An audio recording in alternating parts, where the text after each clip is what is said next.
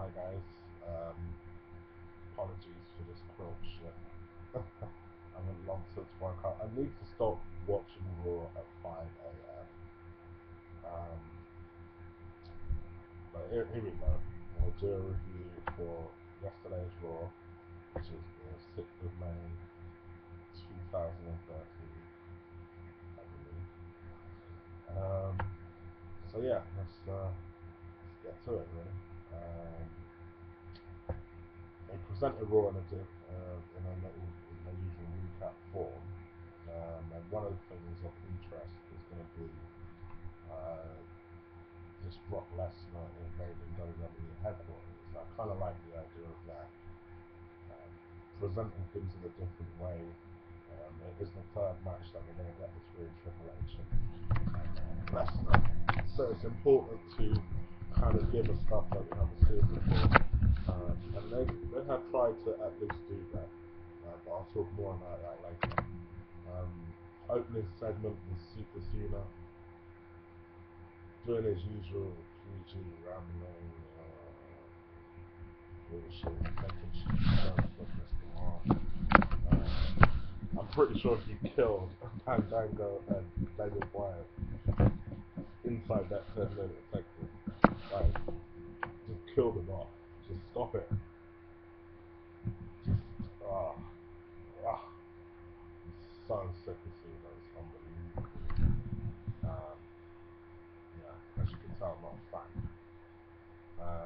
Essentially, what they got to in this segment was the fact that it's going to be a last man standing match. Um, After work today, check out my channel again. What you'll see is a couple more videos I'm going to do today. One of them is going to talk about Ryback, um, and one of them is going to talk about Shield. Um, Partly in response to a video I watched off the road show, which you haven't checked. Go and check that out. It's a good watch. That I saw that they uploaded yesterday, or was it the day before? Um, but partly because I was always intending to do a Ryback video. I think it's important that I do that one, um, just because I feel there is a lot that they need to essentially do with Ryback, so I feel like it's important for me to do a video. Anyway, on with the review. Fandango Archery kind of match. Anyone care who won? Can't really remember who won, but I saw Jericho was out there with those other two motherfuckers doing like sport arms and stuff, which is kind of fun. But yeah, I genuinely can't remember who won. I apologize for that. Um, Apologies, actually, I just realised the match before that was actually Randy Orton versus Damien Sandow.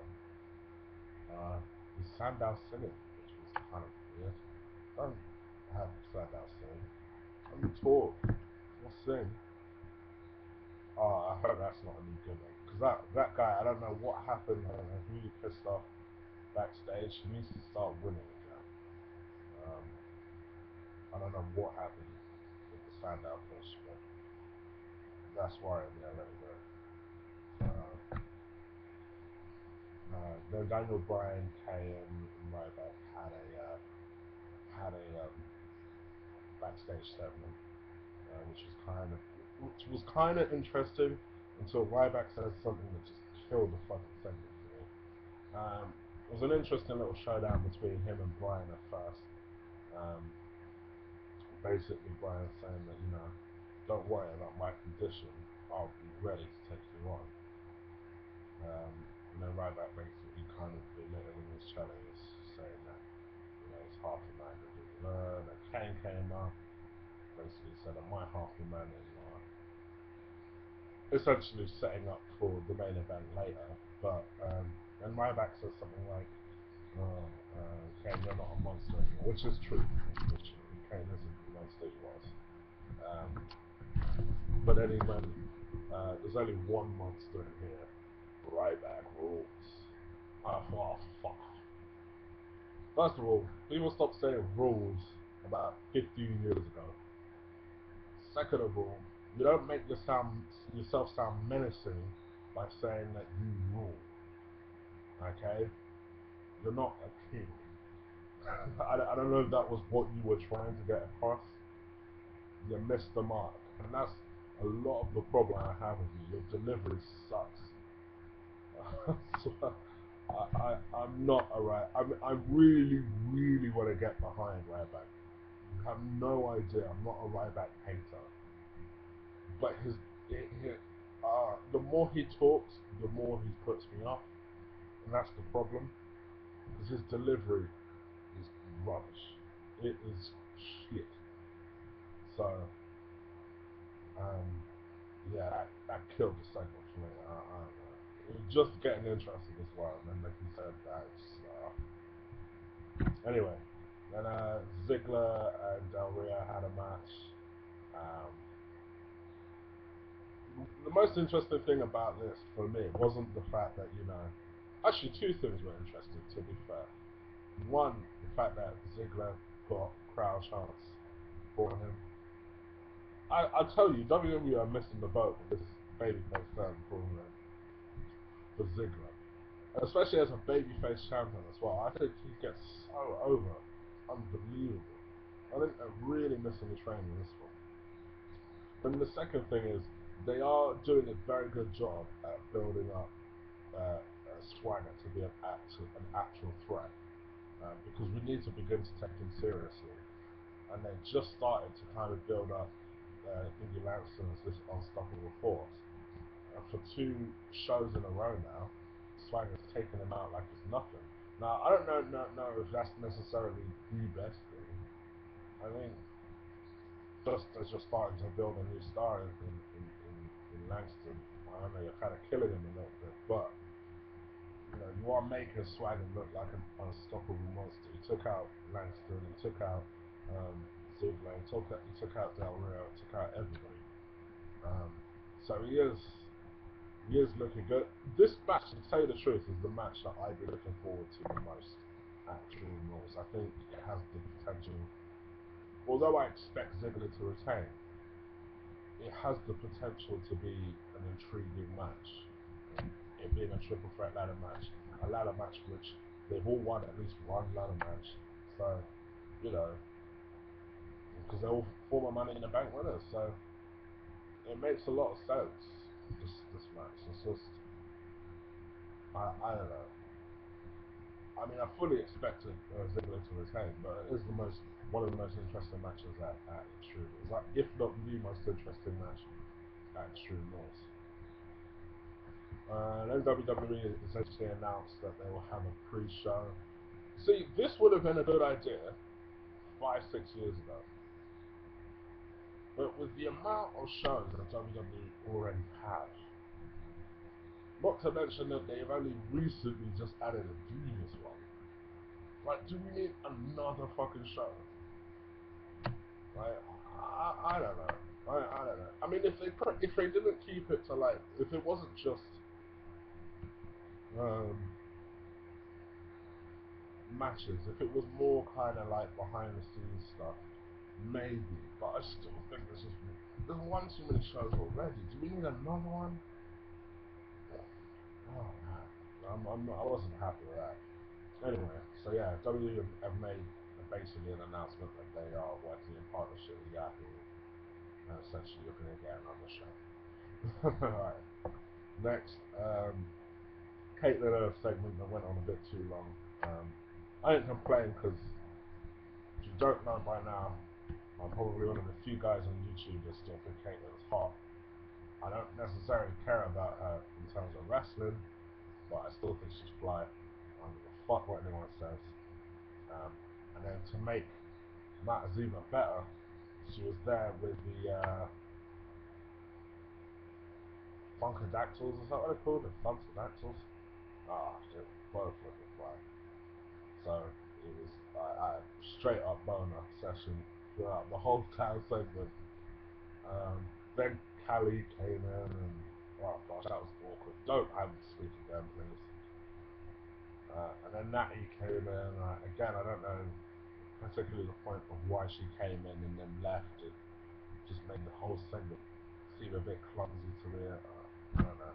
They could have just got to the point and just put the three girls. I don't think they needed to bring Natty and Callie into it. Um, you know, essentially they're just formulating a battle plan, and Caitlyn is still getting these random texts. So yeah, that was that. Shield had basically a throwaway match, double match. She know who won. Shield are still undefeated. You'll see my thoughts on Shield later on this week. Just keep tuned. You'll see another video about Shield. It'll be my third one, so just bear with me when it comes to the Shield. Another throwaway match. Cesaro Ryder had a match. Cesaro basically saying that no one can do what he can do in the ring. Whatever. I mean, I like Cesaro, but they are starting to drop the ball with him. They need to really push him on with the thing. He would be one of my hopes for a Money in the Bag victory, because someone like him could really do with something like that. So, yeah, what was that?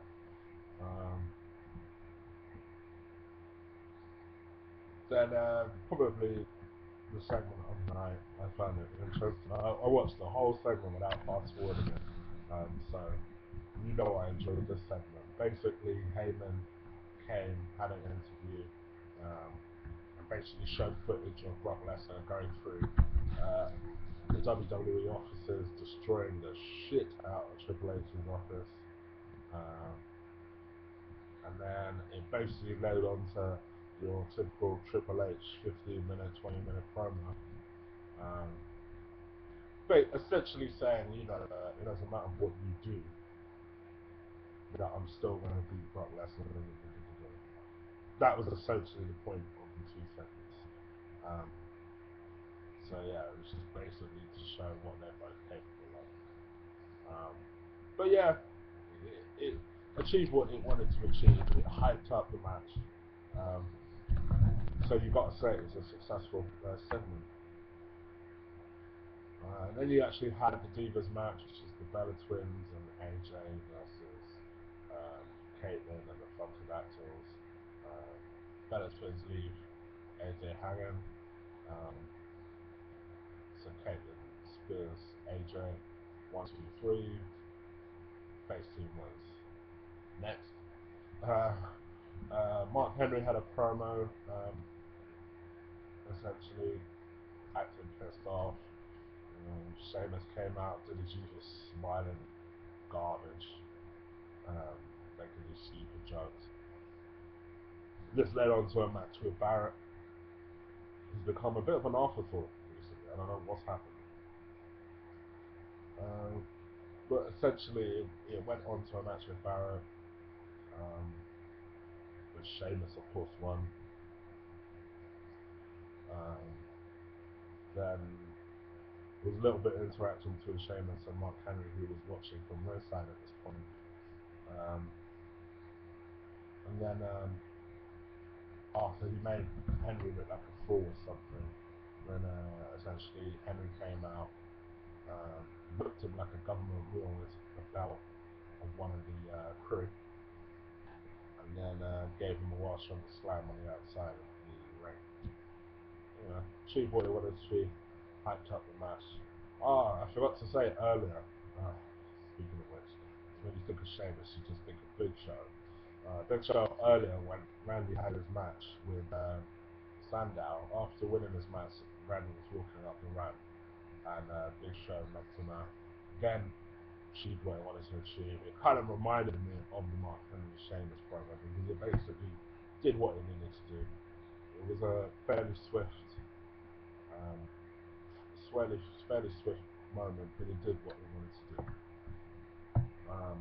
And Kane and Ryback came out. And again, I'll mention this in the video, but this is the main event. Kane versus Ryback. Essentially, Ryback won. Shell shock. And then Shield came out.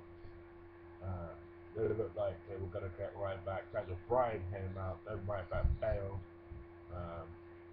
Then just as Shield were about to get the ring, Ryback came back, started to chase him off with a chair. Um, Daniel Bryan took two members of the Shield out. Then John Cena was going after Roman Reigns. Had him up for the FU. Then Ryback basically hit Cena with a chair. And that's how Raw ended. You know, bit anticlimactic. But speaking of anticlimactic, you know, ever since they flipped Ryback heel, he gets no crowd reaction whatsoever. They, flipping him heel, they have pretty much destroyed Ryback. They really have. Anyway, you know, Raw was alright. Did what it needed to do. Not really too much else to say about that. You know, give it a C plus. It was alright. I thought it was better than last week's show. Put it that way. Anyway, comment, subscribe, like this video. Kept it to one video, so hopefully it will upload. I'm still trying to work on keeping it under 15 minutes.